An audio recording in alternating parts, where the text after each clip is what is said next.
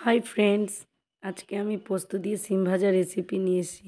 দুর্দান্ত একটি রেসিপি, যেটা গরম ভাত দিয়ে সিম ভাজা খেতে খুব ভালো লাগে। প্রথমে তো গরম কড়াইয়ে তেল দেব, কালো জিরে ফোড়ন দেব, দুটো কাঁচা লঙ্কা দিব ফোড়নে। দেওয়ার পরে কেটে রাখা সিমগুলিকেও দিয়ে দেব। দিয়ে দেওয়ার পরে বেশ ভালোভাবে নাড়াচাড়া করে পরিমাণ মতো হলুদ, স্বাদ অনুসারে লবণ দিয়ে বেশ ভালোভাবে নাড়াচাড়া করে ঢাকনা দিয়ে ঢেকে দেব।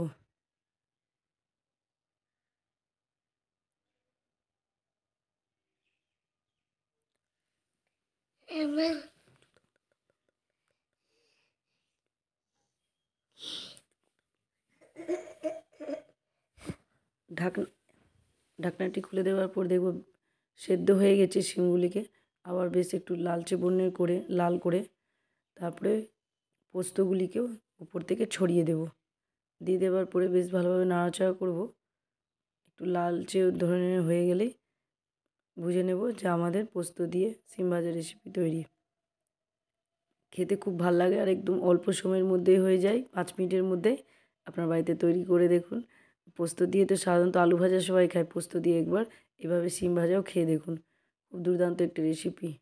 ভালো লাগলে লাইক, কমেন্ট, শেয়ার করুন। ওকে, বাই।